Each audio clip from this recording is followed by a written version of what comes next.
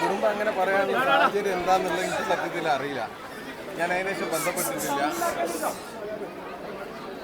അത് കാര്യത്തിൽ വിഷമമുണ്ട് കേട്ടപ്പോൾ. പക്ഷേ നമ്മളെ കുടുംബമാണ് അവർ നമ്മളെ തള്ളി പറഞ്ഞു കഴിഞ്ഞാലും അത് നമ്മളെ കുടുംബമാണ്. എനിക്ക് മാധ്യമങ്ങളോട് പറയാനുള്ളത്, അവർക്ക് അവരെ മകനെ നഷ്ടപ്പെട്ട് നിൽക്കുന്ന സമയമാണ്. ഈ സമയത്ത് അവർ സ്വയം പറഞ്ഞ് വരുത്തി വെച്ചതാണെങ്കിൽ നമ്മളാരും അവരെ വേട്ടയാടരുതെന്ന് വെച്ചൊരു വിനീതമായ അഭ്യർത്ഥനയുണ്ട്. ഞാൻ എൻ്റെ ശൈലി ഇങ്ങനെ എന്തായാലും എൻ്റെ ശൈലിയിൽ മാറ്റം വരുത്താൻ എനിക്കറിയില്ല. ഞാൻ ഈ ശൈലിയിൽ തന്നെ ഇനിയും ആദ്യം മുതലേ എൻ്റെ നിലപാടുകളിലൊരു മാറ്റമില്ല. ഞാൻ സംസാരിക്കുന്നത് ഇങ്ങനെയാണ്. ഇനിയിപ്പോൾ വേറെ രീതിയിൽ ഒരു സ്റ്റൈലിൽ സംസാരിക്കാറില്ല. ഞാൻ ഈ സ്റ്റൈലിൽ സംസാരിച്ചിട്ട് തന്നെയാണ് ഈ വിഷയം ജനശ്രദ്ധയിലെത്തിയത്. ഞാൻ എൻ്റെ ശൈലിയിൽ ഒരു മാറ്റം വരുത്താൻ കഴിയില്ലല്ലോ. നമ്മളെന്ന് പറഞ്ഞ ഒരു വ്യക്തി ഉണ്ടല്ലോ, ആ വ്യക്തിനെ മാറ്റി കഴിഞ്ഞാൽ പിന്നെ നമുക്ക് എന്ത് അതിലൊരു അർത്ഥമില്ല, ഒന്നുമില്ല ആ കാര്യത്തിൽ. ഓരോ ഭയങ്കര പ്രയാസപ്പെട്ടും കൊണ്ടിരിക്കുന്ന സമയമാണ് ഇപ്പോൾ. ഈ സമയത്ത് ദയവ് ചെയ്തിട്ട് ഈ മാധ്യമത്തിൻ്റെ മുഖാന്തരം ഞാൻ പറയാൻ ആഗ്രഹിക്കുന്നത്, അവർക്കൊരു അബദ്ധം പറ്റി. ഈ മകനെ ഞാൻ ഏറ്റെടുക്കും എന്നുള്ള പരാമർശമൊക്കെയാണ് അവരെ കൂടുതൽ. അതൊക്കെ മകനെ ഏറ്റെടുക്കുന്ന പറഞ്ഞു കഴിഞ്ഞാൽ നാളെ ഞാൻ ആ കുട്ടീനെ എടുത്തിട്ട് അങ്ങോട്ട് പോകുമോ? അങ്ങനെയാണോ അതിൻ്റെ അർത്ഥം? ഇതൊരു ഇതാണ്. അതായത് അർജുൻ്റെ ഫാമിലിക്ക് എന്താണ് ആവശ്യമുള്ളത് നമ്മൾ അവരെ കൂടെ നിന്ന് ചെയ്യും. ഇനി അവർക്ക് നമ്മൾ ആവശ്യമില്ലേ, നമ്മളവരെ ശല്യപ്പെടുത്താൻ പോകുന്ന അർത്ഥമില്ല. അങ്ങനെ പോകുന്ന ആളുമല്ല, അവർ വലിഞ്ഞു കയറി ചെല്ലുന്ന ആളുമല്ല നമ്മൾ. ഈ കുടുംബത്തിനെതിരെ വ്യാപകമായിട്ടുള്ള സൈബർ ആക്രമണം നടന്നുകൊണ്ടിരിക്കുകയാണ്. അത് താങ്കളെ സപ്പോർട്ട് ചെയ്തുകൊണ്ടും കുടുംബത്തെ എതിർത്തുകൊണ്ടുമാണ് ഈ സൈബർ ആക്രമണം എന്ന് പറയുന്നത്. അപ്പോൾ അത്തരത്തിലുള്ള ആളുകളോട് എന്താണ് താങ്കൾക്ക് പറയാനുള്ളത്? സൈബർ ആക്രമണം നടത്തുന്ന ആളുകളോട് അതാണ് ഞാൻ പറഞ്ഞത്. അത് എന്താണ് ഞാൻ വീണ്ടും പറഞ്ഞത്, നമ്മളെന്താണ് ഇപ്പോൾ ഇവിടെ സമൂഹത്തിന് കാണിച്ചു കൊടുക്കുന്നത്?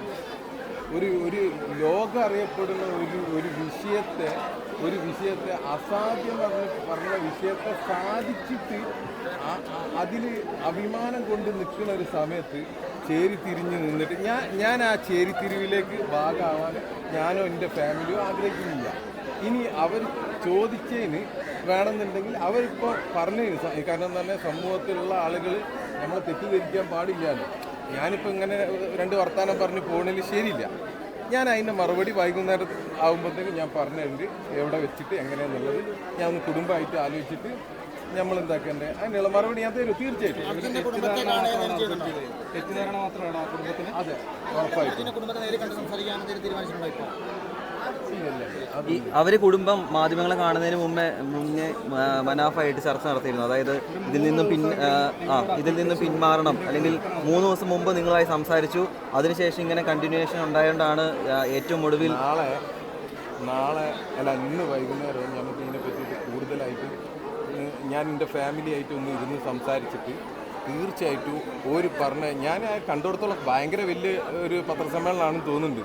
അത്രയും നീണ്ടത് ഞാൻ കേൾക്കാൻ എനിക്കില്ല. ഞാൻ കേൾക്കാൻ കുറേ ആളെ ഏൽപ്പിച്ചിട്ട് അവർ കേട്ടതിന് ശേഷം വൃത്തിക്ക് ഞാൻ സംസാരിക്കും. ഇപ്പം ആരും ആ കൂട്ടരെ ഒരു തരത്തിലും കല്ലെറിയരുത്.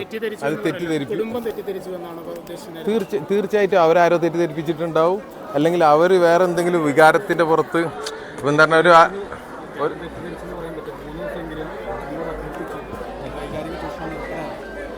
അല്ല എൻ്റെ ശൈലി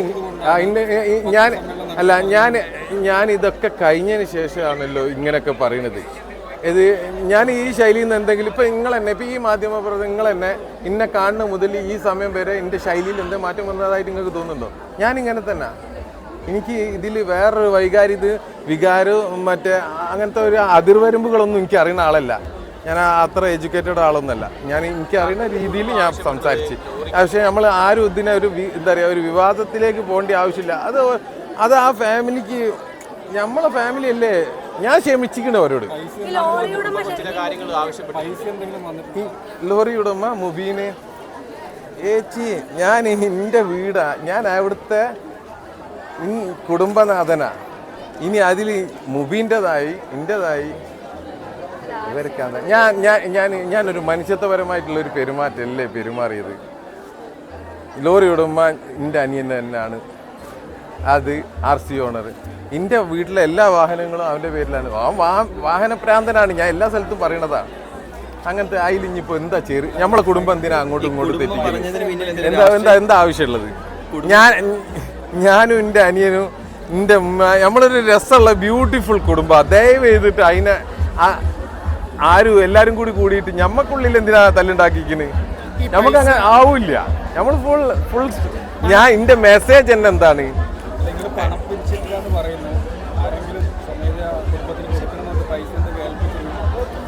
ഏൽപ്പിച്ചിട്ടുണ്ടെങ്കിൽ ഞാൻ ഈ മാധ്യമത്തിനോട് വന്ന് പറയും. ഇതുവരെ ആരും നമ്മളെ പിന്നെ അങ്ങനെ മോശക്കാരനായി കാണില്ല. ഞാൻ ചോട്ടാ മോട്ട എന്തായാലും നക്കാപ്പിച്ചക്കാരനല്ല. എന്തായാലും പ്ലീസ് അത്ര ഒന്നും ഇതായിട്ടില്ല. ഈ ഒരു മൊത്തം സംരംഭം 5 പൈസ പിരിക്കാതെ ഞാൻ കൊണ്ടുപോയ ആളാണ്. അപ്പോൾ എന്നെ സംബന്ധിച്ചിടത്തോളം ഇപ്പോൾ തൽക്കാലം 2 തലമുറക്കൊക്കെ ഉള്ള നമ്മളെ വാപ്പന ഉണ്ടാക്കിയിട്ടിരിക്കുന്നു.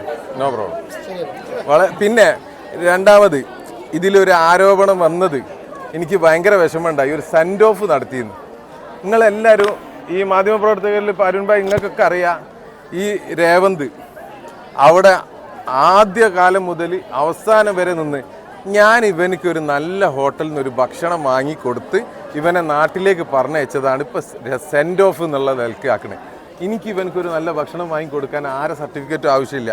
ഞാൻ ഇങ്ങനത്തെ ആൾക്കാരെ കൂടെ ഇവരക്കും ഇതിപ്പോൾ ഞാൻ ഇവിടെ മുക്കത്ത് വന്നെന്തിനാ?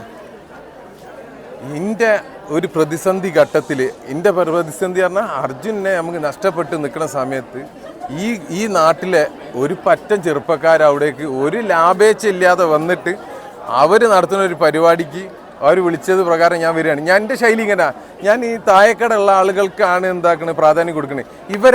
നമ്മളിപ്പോൾ ഈ കാര്യത്തിൽ വിജയിച്ച ആളാണ്. അപ്പം നമ്മൾ ആ വിജയിക്കുന്നതിന് മുമ്പുള്ള ആ ഒരു മോശം സമയത്ത് എന്താ പറഞ്ഞു കഴിഞ്ഞാൽ രേവന്ത് ഈ ഇവിടുത്തെ റെസ്ക്യൂ ടീംസ് എല്ലാവരും മുക്കം റെസ്ക്യൂ ടീം ആയിക്കോട്ടെ, അങ്ങനെ നസ്ര അങ്ങനെ പല ആൾക്കാരും, അതേമാതിരി ഫൈൻഡ് ആക്ഷൻ അർജുൻ കമ്മിറ്റി, അങ്ങനെയുള്ള പല ചെറിയ ഈശ്വർമൽപ്പ, രഞ്ജിത് ഇസ്രായേൽ, ഇങ്ങനത്തെ കുറേ ക്യാരക്ടർമാർ ഇതിലുണ്ട്, ഈ പ്രയത്നത്തിലുണ്ട്. ഇവരൊന്നും ഞാൻ തള്ളി പറയില്ല. ഞാൻ ഇവർക്ക് എൻ്റെ പൈസക്ക് ഒരു ഭക്ഷണം വാങ്ങിക്കൊടുത്താണ്. അത് ഞാൻ ആ അമ്മനോട് അറിയാതെ അബദ്ധത്തിൽ ഞാൻ പറഞ്ഞുപോയി. ഞാൻ ഓനെ യാത്ര ആക്കുകയാണ്. അതിന് ഇംഗ്ലീഷിൽ പറയും സെൻഡ് ഓഫ്. അതിൻ്റെ മലയാളം വേർഡ് യാത്ര അയക്കുകയാണെന്ന് ഞാൻ വിചാരിക്കുന്നത്. അത് ഞാൻ പറഞ്ഞുപോയി. എന്നോട് അത് പറഞ്ഞതിന് വിഷമമായിട്ടുണ്ടെങ്കിൽ അതിനും ഞാൻ ക്ഷമ ചോദിക്കണം ആ ഫാമിലിനോട്. ഞാൻ എൻ്റെ കടമ ചെയ്യുന്നത്. ഞാനത് ഏതൊരു വ്യക്തിനോടും ഞാൻ ചെയ്യും. എനിക്ക് ഒരു നിലപാടുള്ള വ്യക്തി ആയതുകൊണ്ടാണ് ഞാൻ ഈ വിഷയത്തിൽ ഇപ്പോഴും നിലനിൽക്കുന്നത്. ഈ മൈക്കുകൾ എൻ്റെ മുന്നിലേക്ക് വന്നിട്ടുണ്ടെങ്കിലും ഈ കാണുന്ന ജനങ്ങൾ എൻ്റെ കൂടെ ഉള്ളതും ഒരു നിലപാടുള്ള വ്യക്തി ആയതുകൊണ്ട് മാത്രമാണ്.